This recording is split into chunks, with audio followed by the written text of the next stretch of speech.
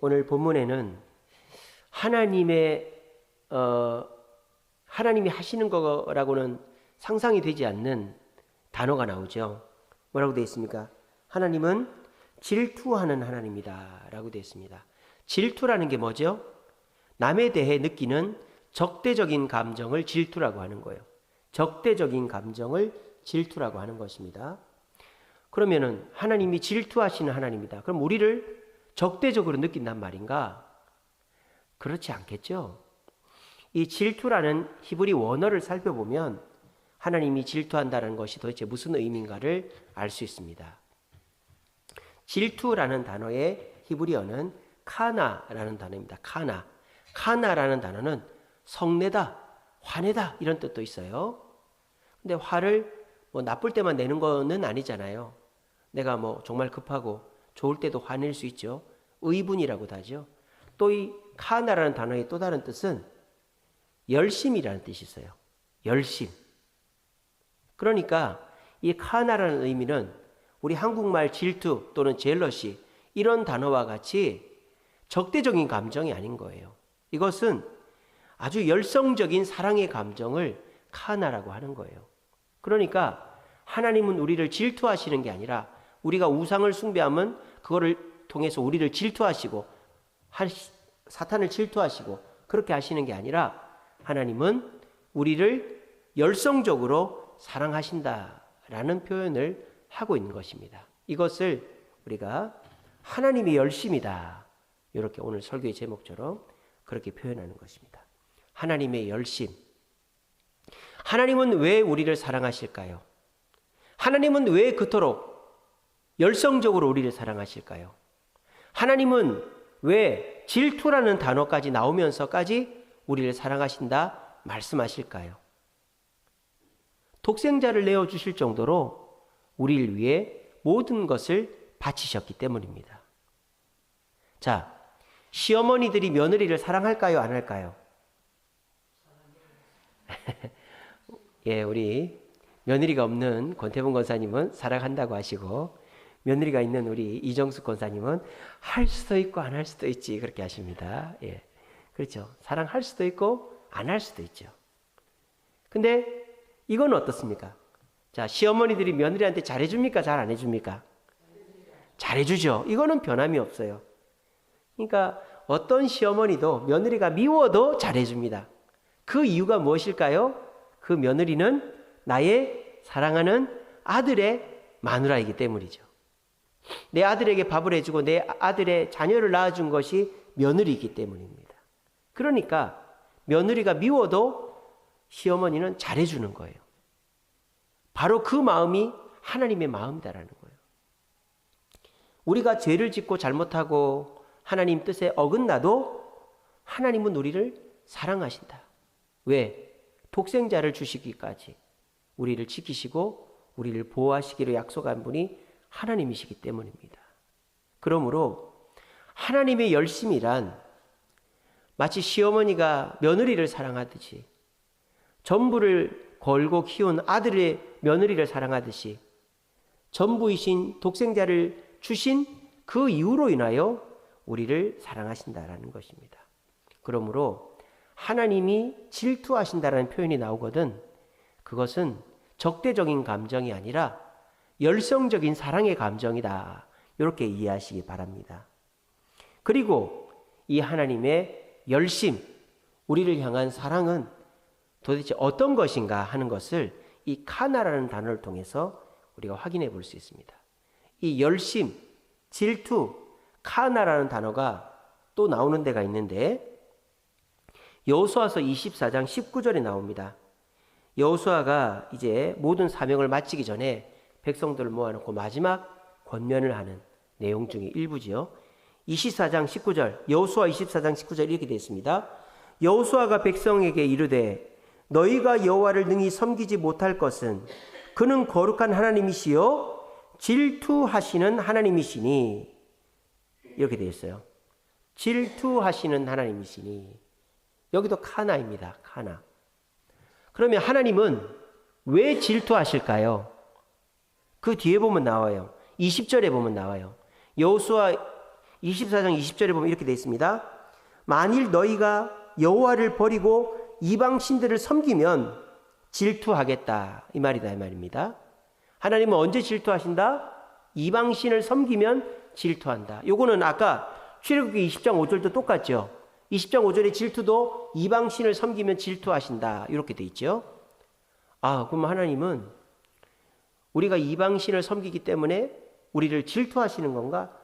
우상이, 사탄이 부러워서 질투하시는 건가? 그런 생각들 드시죠? 과연 그럴까요? 그렇지 않아요. 여러분, 우상이라는 게 뭡니까? 옛날부터 사람들은 태양을 섬기고 산을 섬기고 바다를 섬기고 바위를 섬기고 호랑이를 섬기고 코끼리를 섬기고 요즘에는 돈을 섬기고 권력을 섬기고 인기를 섬기고 사람들은 우상이라는 걸 만들어 섬깁니다. 그 우상이 구체적으로 뭘까요? 우상을 섬기는 행위는 인간의 나약함을 감쇄시키고자 하는 하나의 반사적인 표현입니다.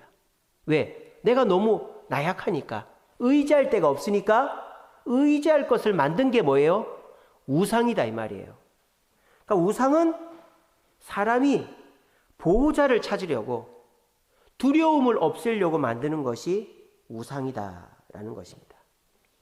자, 그러면 사람이 우상을 만든다라는 것은 무슨 뜻일까요? 나의 보호자는 하나님이 아니라 해고, 달이고, 바다고, 산이고, 호랑이고, 코끼리고, 돈이고, 인기고, 권력이다라는 말이겠죠. 그죠? 자, 그래서 우상을 내 두려움을 없애는 존재, 보호자로 삼다라는 것은 내 보호자는 하나님이 아니라는 뜻입니다. 그리고 내 보호자는 뭐 자연 만물이 됐던, 동물이 됐던, 아니면 인기나 권력이나 그런 것들이 내 보호자다라고 고백하는 것입니다. 자, 여기까지는 좋아요. 뭐 좋다 이거예요. 그래, 네가 나를 보호자로 생각하지 않고 네가 그냥 자연 만물, 동물, 뭐 이 세상에 있는 물질 이런 거를 보호자로 삼는 거 좋다. 근데 문제는 뭡니까? 그것이 진정한 보호자 역할을 할 수가 있다 없다? 없다는 것이 문제죠. 근데 그 사실을 사람은 알까요, 모를까요?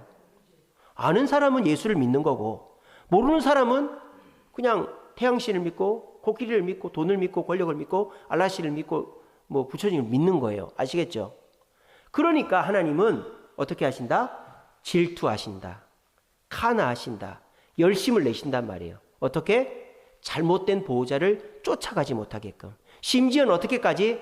여러분들을 강제적으로 막아서라도 다치게 해서라도 실패하게 해서라도 여러분들이 망신을 당하게 해서라도 여러분들이 절대 잘못된 보호자를 쫓지 않게끔 하시는 것이 하나님의 열심, 카나이다라는 것입니다. 마치 이런 거죠. 여러분들의 자녀들이 친구를 좋아해요. 그래서 친구를 의지해요. 친구가 마음도 알아주고 밥도 사주고 시간도 보내주고 놀기도 해줍니다. 그러니까 친구가 내 모든 것을 해결해 줄 수 있는 것처럼 친구한테 모든 고민을 얘기하고 친구와 같이 지냅니다. 근데 부모님은 친구와 다른 얘기를 합니다. 그럴 때 애들은 그냥 쉽게 나한테 잘해주고 나한테 좋은 말 해주고 내 옆에 있는 친구의 말을 더 듣지 부모님 말을 잘 안 들으려고 합니다. 근데 부모님은 알죠. 물론 친구가 잘해주고 친구가 좋고 친구가 가까이 있어서 좋지만 그 친구가 진정한 보호자가 될 수 없다는 것을 부모님은 알지 않습니까? 그러니까 부모님이 어떻게 합니까? 야단을 쳐서라도 외출을 금지시켜서라도 그 친구한테 전화를 해서라도 친구가 너의 보호자가 아니라 내가 너의 보호자라는 것을 반강제적으로라도 얘기하는 것입니다. 우리의 삶 속에 어려움이 있을 수 있죠. 그런데 우리가 그 어려움이 생길 때마다 이런 생각을 합니다. 예수를 믿는데 하나님을 따라가는데 왜 어려움이 생기지? 어려움이 없어야 되는 거 아닌가? 이런 생각들을 할 수 있습니다. 근데요, 그 어려움이 어떨 때는 내가 하나님을 진정한 보호자로 삼지 않고 사람을, 돈을, 인기를 내가 좋아하는 그것을 내 보호자로 삼을 때 하나님이 말씀을 통해서 주일날 말씀을 통해서 또 기도할 때마다 여러분들이 개인적으로 성경 읽을 때마다, 사람과 대화할 때마다, 구역 식구들 대화할 때마다 하나님 말씀해 주시는데도 불구하고 여전히 하나님을 보호자로 삼지 않고 다른 것들을 보호자로 삼을 때 하나님은 어떻게 하신다? 열심을 내신다. 어떻게? 여러분들을 때려서라도, 여러분들을 실패하게 해서라도, 여러분들이 망신을 당하게 해서라도 주님 곁으로 돌아오게끔 해 주신다라는 것입니다. 지난 목요일에도 집사람이랑 교통봉사 전도를 했어요. 교통봉사 전도를 하면서 이제 다 끝내고 집사람이랑 커피를 한 잔 마시면서 그런 얘기를 했습니다. 제가 노예를 가니까 제 옆에 앉아 있는 목사님이 그런 얘기를 해요. 우리 교회는 가만히 있어도 사람들이 옵니다. 그러더라고요. 그래서 교회가 이제 건물 있고 큰 교회예요. 그러니까 부목사님인데 가만히 있어도 지난주에 청년이 2명이나 등록을 했다는 거예요. 너무 부러운 거예요. 아니 어떻게 전도에 전자도 안 꺼냈는데 저렇게 사람들이 가나. 너무 부러운 거예요. 근데 제가 목요일 날 전도를 하면서 어떤 생각을 하게 됐느냐. 하나도 부럽지 않다 하는 생각을 하게 됐어요. 왜? 만약에 우리가 교회 짓고 사람들이 그냥 알아서 왔다면 우리가 전도를 했을까요? 안 했을까요? 안 하죠, 당연히. 이 힘들고 어려운 전도를 왜 하겠습니까? 안 하죠. 더군다나 여러분들이야 아는 사람 또 예수 안 믿는 사람 전도 할 수도 있겠지만 더더군다나 저는 전도를 할까요? 안 할까요? 더 안 하죠. 제가 지난주에도 말씀드렸지만 장신대학교 전사님들 만났는데 전사님들이 놀라는 거예요. 담임 목사님 중에 전도하는 사람 처음 봤대요. 이게 한국교회 현실이다. 담임 목사는 전도하면 안 됩니까? 전도 안 해야 됩니까? 담임 목사는 전도를 안 해요. 성도들 보고 전도하라고 해놓고 자기는 전도를 안 합니다. 이게 오늘날 교회 현실이고 그건 결국 그 담임 목사의 손해죠. 그래서 저는 우리 주세움 교회가 크게 부흥할 줄로 믿습니다. 여러분들도 믿으시죠?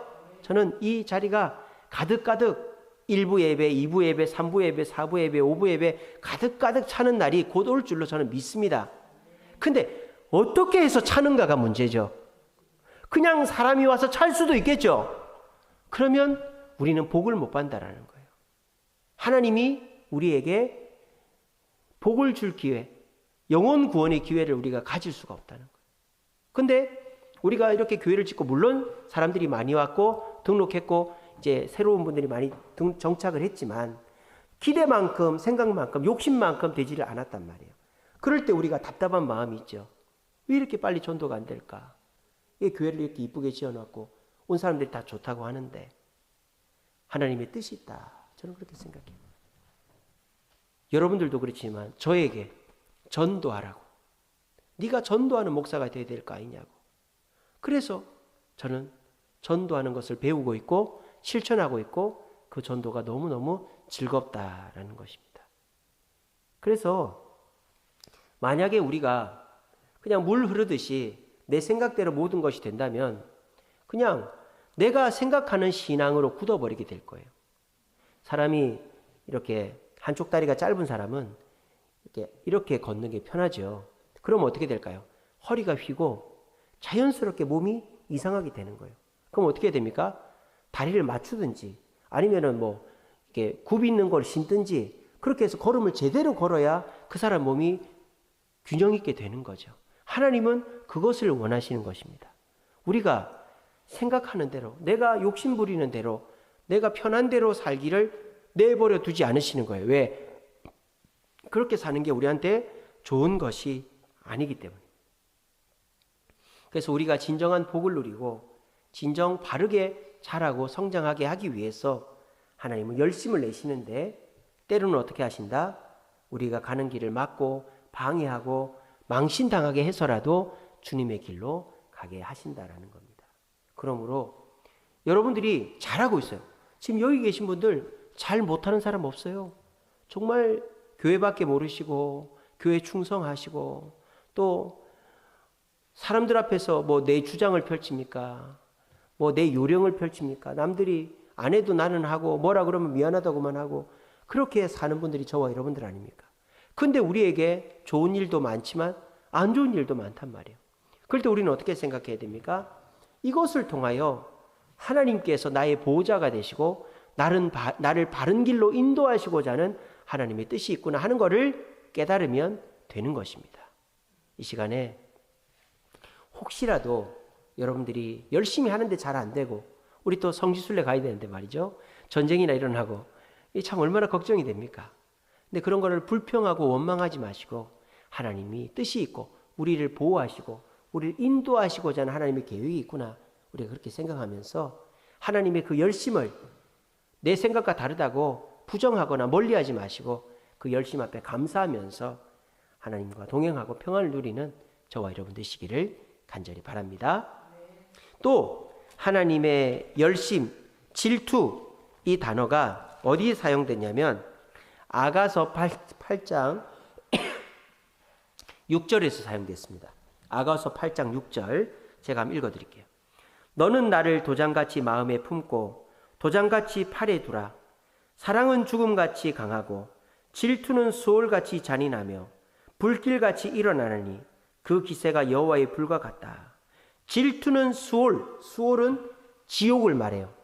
질투는 지옥같이 일어난다. 이게 무슨 말입니까? 질투는 죽음과 같다라는 것이에요. 이거 쉽게 말하면 질투는 죽음도 끊을 수 없다라는 것입니다. 질투는 그 무엇도 끊을 수가, 하나님의 질투하심은 그 무엇으로도 끊을 수가 없다. 그래서 이 카나는 하나님의 열심이니까, 다시 말하면 하나님의 열심은 그 무엇으로도 끊을 수가 없다라는 뜻이 바로 여기 나오는 질투는 수월같이 잔인하다 이 말입니다. 자, 우리는요, 내가 뭔가 잘못된 선택을 하면 하나님이 나를 버리는 줄 알아요. 또 내가 잘못된 상황에 처하면 하나님도 나를 외면하는 줄 알아요. 그런데 우리 하나님의 열심은 내 상황에 상관없이, 내 선택에 상관없이 죽음도 끊어내지 못한다는 사실을 이 시간에 굳게 믿으시길 바랍니다. 사람들은 자기의 기대에 어긋나면 어떻게 합니까? 저 사람 내 말 안 듣네. 내가 같이 하자는데 같이 안 하네. 저 사람하고는 안 해야지. 사람을 끊어냅니다. 나를 신뢰하지 않는 자를 버려버려요. 그러니까 하나님도 나를 포기하시겠지. 내가 하나님 뜻과 다르게 선택할 때, 내 상황이 좋아지지 않을 때 하나님도 나를 외면하겠지. 사람들도, 부모도 그렇게 하는데 라는 착각을 할 때가 있습니다. 하지만 하나님은 어떠십니까? 내 상태나 내 선택이나 내 상황에 상관없이 죽음도 하나님의 열심을 끊어낼 수가 없다라는 것입니다. 부모 자식 지간이 그렇죠. 자식이 잘한다고 부모가 품고 있는 게 아니죠. 못해도 어떻게 합니까? 자식 편을 드는 것이 부모입니다. 변호사보다도 더, 변호사도 포기하고 그 누구도 변호해 주지 않아도 진짜 자식이 나쁜 짓을 했고 살인죄를 저질렀고 사기를 저질러도 부모는 내 잘못이니까 나를 벌하라고 하는 사람이 부모다라는 것입니다. 마찬가지로 하나님은 저와 여러분들이 어떤 선택을 하든 어떤 상황에 처하든 죽음도 끊어내지 못할 열심으로 우리를 지켜 보호하고 계신다라는 겁니다. 이 하나님의 도움, 이 하나님의 열심을 믿을 때 우리는 어떻게 될까요? 불안하지가 않는 것입니다. 사람이 눈치라는 걸 봅니다. 애들이 눈치를 봅니다. 근데요, 눈치를 안 보는 애들도 있어요. 물론 그 애들이 좀 모자라거나 또는 좀 성격상 낙천적인 애들은 눈치를 안 보는데, 근데 성격이 아주 이렇게 진지하고 또 모자라지 않은데도 불구하고 눈치를 보는 애들이 있고 눈치를 안 보는 애들이 있어요. 어떤 차이일까요? 불안감을 느끼는 애들은 눈치를 봅니다. 그래서요, 여러분들 애들이 막 이렇게 가만히 있고 이렇게 말도 잘 안 하고 대답도 네, 몰라요, 이런 애들은 불쌍한 애들이에요. 가정에서 불안감을 느끼던 아니면 자기가 위축감을 느끼기 때문에 그렇게 있는 거예요. 애기들은요, 그냥 막 뛰어다니고 소리 지르고 뭐 이 말 저 말 아무거나 다 하는 게 애들입니다. 그게 정상이고 그게 안정감을 누리는 애들입니다. 그래서 어린 시절에는 천방지축으로 뛰어다니고 아무 말이나 하고 소리를 지르다가 그런 애들이 어떻게 됩니까? 생각이 있어지고 사회성을 기르고 자기 목표가 생기면 천방지축으로 움직이지 않고 말을 줄이고 집중하게 되는 거예요. 근데 불안감, 우울증에 빠진 애가 집중하거나 뭔가를 이뤄내는 것은 없습니다. 오히려 불안감, 우울증에 빠진 애들은 어떻게 되는지 아세요? 내가 조금 불안하지 않고 우울하지 않다? 그러면 망나니가 되는 거예요. 그게 어떨 때 그럴까요? 술을 먹으면 그렇게 되는 거예요. 여러분들 주변에 불안하고 우울하고 말 없는 사람 있죠? 그 사람들 술 한잔하면요, 본성격 다 나오는 거예요. 그게 억압받는 사람이, 가정으로부터, 부모로부터, 아버지로부터 억압받은 사람이 술 배우면 큰일 나는 겁니다. 그러면 처자식 다 죽이는 거예요. 그런 사람들이 한국에 얼마나 많은지 몰라요. 그러니까 그게 그 증거죠. 내가 술이라는 도구를 사용해가지고 내 불안감을 조금 이제 톤다운 시켰다면 자기 원래 성격이 다 나오는 거예요. 근데 원래 쾌활하고 자기 하고 싶은 데 다 했던 사람은 시간이 지나면 지날수록 점점 정리되고 점점 진지해지고 점점 하나에 집중할 수 있게 되는 것입니다. 우리도 마찬가지입니다. 우리도 신앙생활을 잘하는 것 같아요. 잘하는 것 같아요. 평소에는 몰라요. 다들 말 잘 듣고 아멘하고 봉사 잘하고 그냥 예배 잘 나옵니다. 근데 고난이 딱 닥쳤을 때, 고난이 딱 닥쳤을 때 두 가지 모습이 나와요. 어떤 사람은 막 불안해가지고 안절부절 못하고 또 그 불안을 하나님께 의지하기보다는 그냥 교회 안 나오고 세상 사람 만나고 세상의 방법으로 풀려고 하는 사람이 있어요. 근데 하나님과의 관계가 좋은 사람, 하나님이 나를 포기하지 않는다는 걸 믿는 사람은 불안하면 불안할수록, 문제가 커지면 커질수록, 고난이 있으면 고난이 있을수록 더 집중하게 되고 더 진지하게 되고 더 뭔가 이렇게 막 부산스럽게 행동하지 않게 되는 것입니다. 여러분, 그렇게 되려면 어떻게 됩니까? 하나님의 열심을 믿어야 되는 거예요. 질투는 소울같이 강하다. 하나님의 열심은 죽음도 끊어낼 수가 없다. 이 사실을 굳게 믿으면 정말 황망하고 정말 당황스럽고 정말 이제 끝장난 것 같은 소식이 딱 들려올 수 있어요. 그럴 때 큰일 났다, 큰일 났다. 밥도 못 먹고 잠도 못 자고 뭐 앉아있지도 못하고 불안해가지고 막 동네를 돌아다니고 이 사람 저 사람 전화하고 그렇게 되는 게 아니라 내가 정말 감당 못할 황망한 소식을 들어도 하나님이 소울같이 강한 열심으로 나를 지키심을 믿는 사람은 어떻게? 바로 교회로 나오는 거예요. 앉아서 기도하는 거예요. 그리고 하나님의 음성을 듣고 일상생활을 그대로 해나가는 거예요. 스피노자가 그런 얘기했죠. 지구가 망해도 한 그루의 사과나무를 심겠다. 그게 하나님의 열심. 질투는 죽음보다 강하다. 하나님의 열심은 죽음도 끊을 수 없다라는 믿음이 있는 자는 죽음의 공포가 와도 일상생활을 하는 거예요. 그게 하나님의 열심을 믿는 사람의 모습이다라는 겁니다.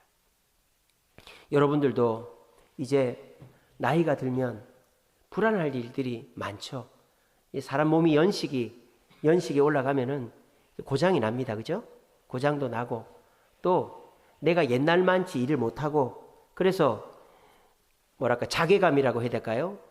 뭐 상실감도 들고 그리고 사람들이 내가 젊고 건강하고 능력 있을 때는 그렇게 날 따르던 사람들이 이제는 그냥 뭐 닭 보듯 하고 나를 그렇게 찾지 않고 예전에는 전화가 하루에도 몇 번씩 오더만 전화도 없고 그런 세월을 삽니다. 그럴 때 우리는 불안해지는 거예요. 아, 내가 이제 다 됐구나.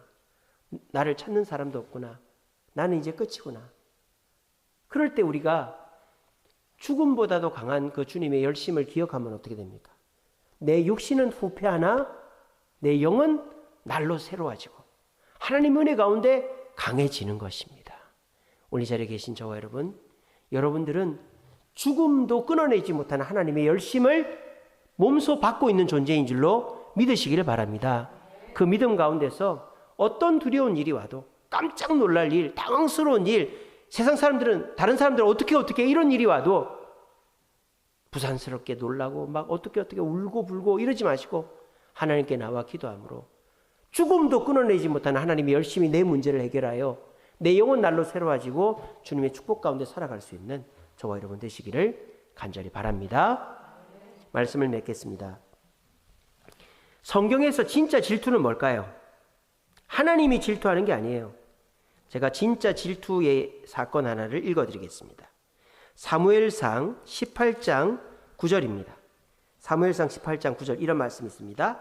그날 후로 사울이 다윗을 주목하였더라. 이런 말이 있습니다. 그날 후로 사울이 다윗을 주목하였더라. 여기서 그날은 뭐냐? 다윗이 사울의 장관이 돼가지고 전쟁터에 나가서 엄청난 공을 세우고 왔어요. 그러니까 사람들이 다윗을 칭송하기 시작합니다. 사울은 천천히요, 다윗은 만만이다. 이런 노랫소리가 들려오자 사울의 마음에 질투심이 생긴 거예요. 질투심이. 그래서 오늘 9절 말씀에 뭐라고 합니까? 그날 이후로 사울이 다윗에게 주목했다. 주목했다. 이 주목하다라는 단어는 히브리어로 아반입니다. 아반. 근데 이 아반은 아인이라는 단어에서 왔어요. 아인은 눈, 보다 이런 뜻이거든요. 그러니까 자꾸 보다 보면은 뭐가 생긴다?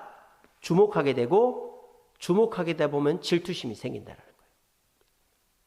주목하는데 왜 질투심이 생길까요? 계속 보다 보면 질투심이 생기는 거예요. 그래서 여러분 어떻게 해야 되는지 아세요? 우리는 사람을 주목해서는 안 됩니다. 아시겠죠? 사람을 주목하고 사람을 계속 보다 보면요, 아무리 나보다 못한 사람이라도 시기 질투가 나는 거예요. 아시겠죠?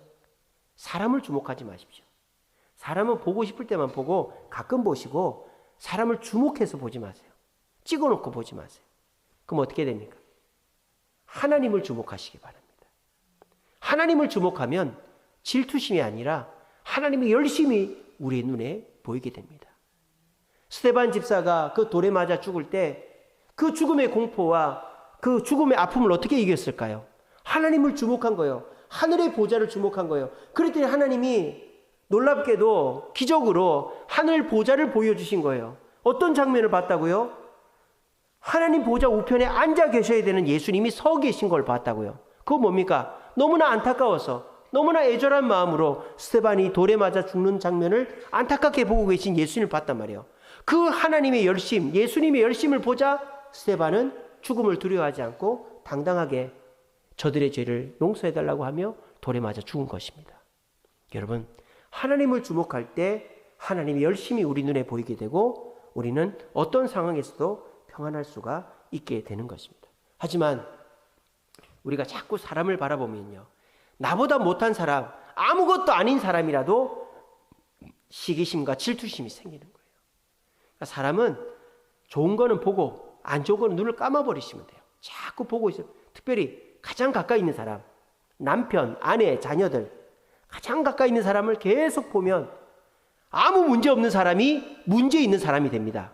아시겠어요? 여러분, 우리가 그런 말 있지 않습니까? 결혼하기 전에 두 눈을 똑바로 뜨고 사람을 찾고 결혼하고 나면 한 눈을 감고 한 눈으로만 보라 그러잖아요. 왜? 너무 자세히 보면 그 사람이 좋게 보이질 않거든요. 여러분, 사람한테 주목하지 마세요. 아무리 잘해주는 사람이라도 진짜 가까이 가보면 정말 저 사람의 속을 다 알게 되고 실망하게 되는 게 사람입니다. 사람은 믿을 존재가 안 되고 사람을 주목하면 실망하게 됩니다. 사람은 한쪽 눈을 감고 보고 사랑해줘야 되는 존재입니다. 우리가 진짜 주목해야 될 분은, 우리가 진짜 아반해야 될 분은 하나님이신 거예요. 그럼 우리 마음에 질투심이 아니라 하나님이 주시는 그 보호와 인도하신 가운데 우리가 하나님의 축복을 받고 마음의 평안을 누리게 되어지는 것입니다. 우리는 한치 앞을 모릅니다. 우리는 어떻게 살아가야 될지 아무것도 모릅니다. 그럴 때 우리는 사람을 보지 말고 하나님을 바라보고 하나님의 열심을 바라볼 때 어떤 두려움도 이겨내고 승리하게 되어지는 것입니다. 여러분, 하나님은 여러분들을 사랑하십니다. 어떻게? 질투하실 정도로 열정적으로 우리를 사랑하십니다. 여러분들이 세상을, 우상을 의지할 때는 반강제적으로라도 끌고 가십니다. 여러분들이 실망하고 좌절해서 하나님이 나를 버렸을까 봐 오해할 때에도 하나님은 여러분들을 사랑하십니다. 그 하나님의 열성적인 사랑을 의심하지 마시고 하나님을 주목하심으로 오늘 또 내일 앞으로 어떤 또 깜짝 놀랄 일, 두려운 일이 생기더라도 부산스럽게 막 움직이고 울고불고 사람 쫓아다니고 이런 사람 되지 마시고, 어렵고 힘들 때 딱 중심을 잡고 주님께 나와 기도함으로 마음의 평안과 안정감과 위로를 얻고 어떤 어려움에도 흔들리지 않는 그런 하나님의 열심 속에서 강한 저와 여러분들 되시기를 간절히 바랍니다.